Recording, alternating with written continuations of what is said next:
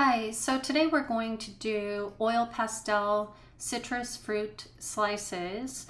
We're going to do enlarged close-up versions of the fruit and then put them together to create a big piece of collaborative art.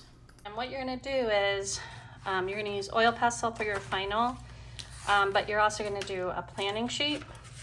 And then you are going to have, there's photographic reference and there's also illustrated reference for you guys to use. There's a lot more than what I'm showing you, but I am going to use this one. This is my practice. So I'll get started. And you're only going to do one section of your fruit. So I'm going to get out the colors that I'm going to need. If you have some color on your oil pastel, just take a paper towel and you can kind of wipe it off. And the way I'm going to have you guys start is by drawing your fruit. You can see kind of, okay, well, it starts a little bit in from the left and a little bit further down from the top. So I'm just going to kind of mark on my paper, like, okay, well, my fruit is going to start about there and it's going to go up to about here, okay? And then I'm just going to connect those lines using like a round pencil line. And you can kind of do a little bit sketchy, just very lightly. Okay, and then what I'm going to do is I'm going to draw the sections. And so in my sections, I'm just going to start by drawing my first one. It's going to go round, come down. I'm going to go over this with Sharpie, and then I'm going to erase my extra pencil line. This is the way that I did it, and if your teacher wants you to do something different, that is fine. You can do it a little bit differently. Okay, once you have your Sharpie done, you can erase your pencil lines. Now I get to do my color, okay, according to my color plan. And don't forget, you're also going to do your background, and you want it to be a color that pops. It does not have to be a complementary color. It can be kind of whatever you want it to be. But I'm going to start by doing some yellow down in my corner.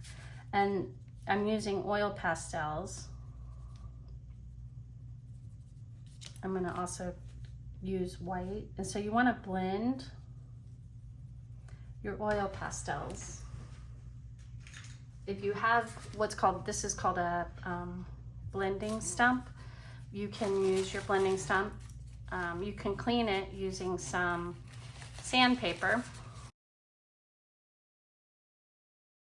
and then you can just use your blending stump to help you blend the colors together. You can also just use the lightest color that you're using of oil pastel and go over the top of the darker color, and that's going to also help you blend. If you don't have a blending stump, that's okay. You can do it using this technique. You can also just use a piece of a paper towel. So I'm just going to let you watch for a little while as I create some of these blends.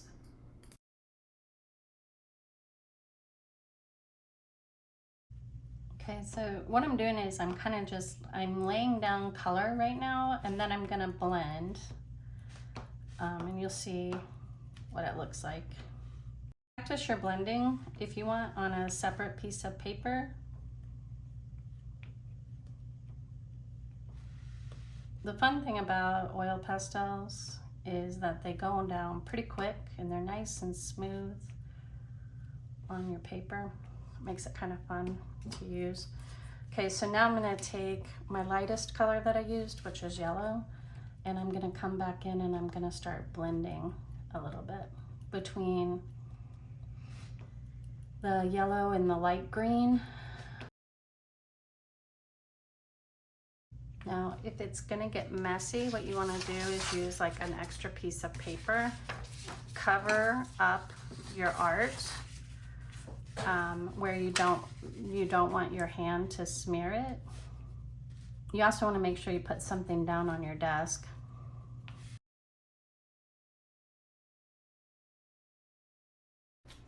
Once you have your fruit slice mostly done, you don't have to do the final details yet, but you're going to come in and start putting in your background. I'm going to use two colors of red. One is more of an orange red or red orange, and the other is a dark red.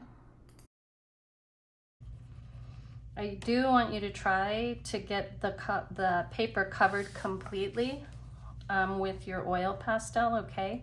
Try not to leave any white dots or spots on your paper. I want it to be filled completely with oil pastel. I didn't videotape this part, but make sure you come back in and add details using your darkest color and some white to give some highlights to your final art. So there's my lime. And now what I'm going to do is I'm going to mount it onto white paper, because when you guys put all of these together, you're going to do a collaborative piece of art. And when you put them all together, I don't want the centers will look better if they have like white around them. Okay, so now what I'm going to do is I'm going to mount this onto my white paper. I'm going to turn this over onto a clean piece of paper. It's super important that it's clean. And then I'm just going to take a glue stick, and put it all over the back. And you want to make sure you're covering every single part of the back so that it stays down. When I lift this off, it's going to have like a little impression, which will look cool, I think. Let's see what it looks like. Yeah, see, it's kind of neat. But anyway, I'm going to take the white paper now, and I'm going to place it down. And I want to try to make sure it's about as even as I can. Don't worry if it's not perfect. Just press it down a little bit, and then I want you to turn it over again, and then press on the back. Don't move it around. Start in the center and move out towards the edges. Okay.